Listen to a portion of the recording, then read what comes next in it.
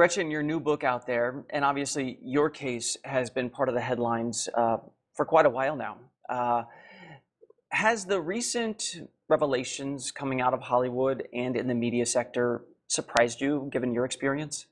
No. I think everyone had always assumed that the casting couch was still in existence. Maybe not as bad as it was earlier on in the 60s or 70s, but people had heard these rumors for a long time. So I was not surprised by those revelations at all. I think what my reaction, though, would be that I don't want people to think that sexual harassment only exists in Hollywood and television, because you have millions of people watching you right now who are going through this. And what I found out after I, dove off my cliff and my story started was all these women, they were the impetus for Be Fierce, this book, because I started hearing from thousands of them, and they came from every different profession. So I really think that to honor this issue and to really make change and do something about it, we have to acknowledge that it's pervasive and it's an epidemic throughout all of America and all different professions. So you've been in the public eye for decades now, and when you are part of the public eye, you always feel like you have to be something. You have to be perfect. You have to be on your game. Did you ever anticipate that you would be able to be embraced and become a champion talking about something so personal that, happens usually behind closed doors and people don't talk about? Yeah, it's interesting because I've always been a champion for women, and people who know me really well have been in contact with me since my story broke, and I've said, I really feel like this was what you were supposed to always be doing. And so it's not something you ever predict for yourself, but people who know me well aren't surprised. Mhm. I think that courage building, and my biggest lesson to young people would be like, start as young as you can to feel good about yourself and build that courage, because when you do something like this, it's not like you just decide one night and then do it. It's a building process along the way of bravery, and especially with this issue, because women are not believed when they come forward, and you're called a liar and a troublemaker and more. So we have to change that environment to make people feel more comfortable, and we're seeing that actually happen right now with all the latest revelations. And we're going to talk about in just a moment the ideas and tips and guidance that you give in your book, Be Fierce, if you are encountering this. But, something that this has related to in my mind is whether it's pushing for marriage equality in the LGBT community, or the Dreamers right now pushing for DACA. Being visible changes a lot of minds, and it changes the way people think about and talk about issues, including sexual harassment and assault. Yeah, and I thank you for bringing that up. I mean, whether it's race relations or transgender issues, or, these are things that are in the forefront of many national dialogues and conversation right now. And this is just another one of those things that we need to come together collectively and have the Me Too hashtag of thousands and thousands of people's voices to make a difference. So I appreciate that analogy. Making cultural shifts, that doesn't happen overnight. And there's certainly so many different pockets of people who can attest to that. I mean, it can take a really, really long time.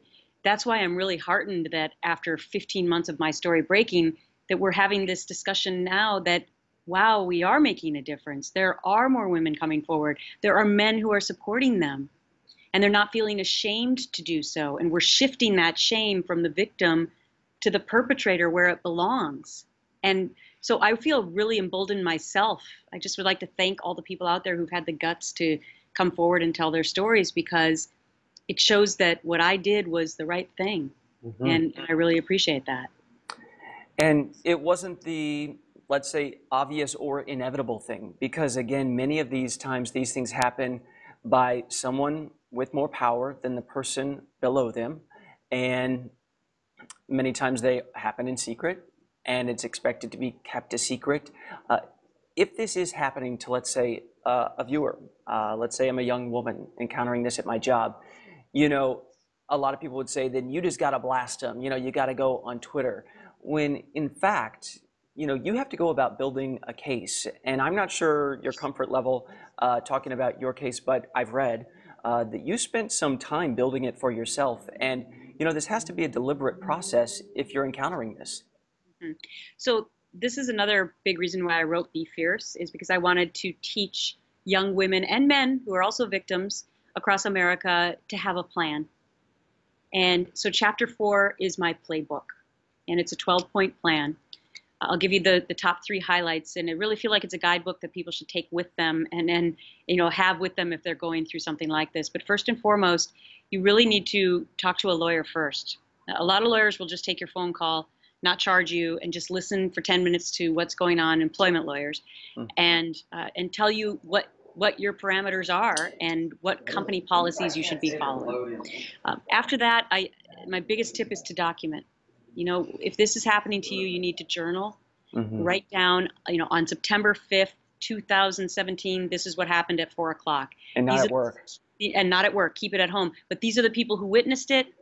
This is what was said, etc. Keep texts, keep emails. And then speaking of colleagues, please tell at least 2 trusted colleagues, because in the end, you're going to need an alibi and you're going to need witnesses. And if you have those people who can say, yes, she told me about this, or I saw this, then I think that puts you on the road to a much better case.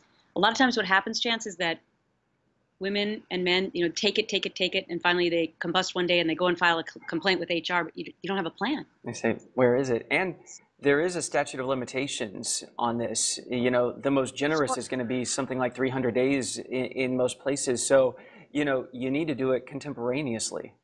Well, and that's the problem. There are so many issues that I'd like to change the law, and I'm working really hard now on Capitol Hill to change the secrecy of arbitration clauses in so many employment contracts right now, which keeps these issues secret and takes you away from being able to go before a jury. So I'm working to try and get a bipartisan bill to take the secrecy out of that. But you're exactly right, like 300 days. So it takes so much courage to come forward with this because of the way in which we malign the victims. And then on top of that, the statute of limitations doesn't give you a lot of time to think about it. So it's all the more reason why picking up a copy of Be Fierce is so important, especially for young people, so that you have it with you in case you're encountering this, so you can look at the plan, feel inspired and empowered, and make your decisions quickly. Let's talk about forced arbitration for a minute, because that is an unsexy topic. No one's really out there saying, let's talk about arbitration. But many people probably don't realize you have signed a contract when you entered into whatever employment or whatever agreement you've signed on to, that you will have an arbiter, be the one to decide this. And it's in secret, meaning you can't submit your evidence, which is then part of public record, which means you can talk about the case. Right. I mean, and on top of that, in most cases, the company picks the arbitrator, not you. And you can't have the same kind of depositions or witnesses. And here's the big other key: there's no appeal. So, the secrecy angle is what I'm trying to get rid of. Because imagine, if you can see my hands, imagine how the power pendulum would change within the workplace if here's the perpetrator who has the powerful position, and here's the victim. But all of a sudden, she or he has a voice, and look what happens. Yeah.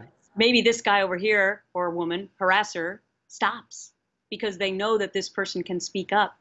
So it's really, really important to me to get both parties to come together on this. I've been having a lot of meetings on Capitol Hill that have not been publicized because I really want to impress upon politicians that this is apolitical.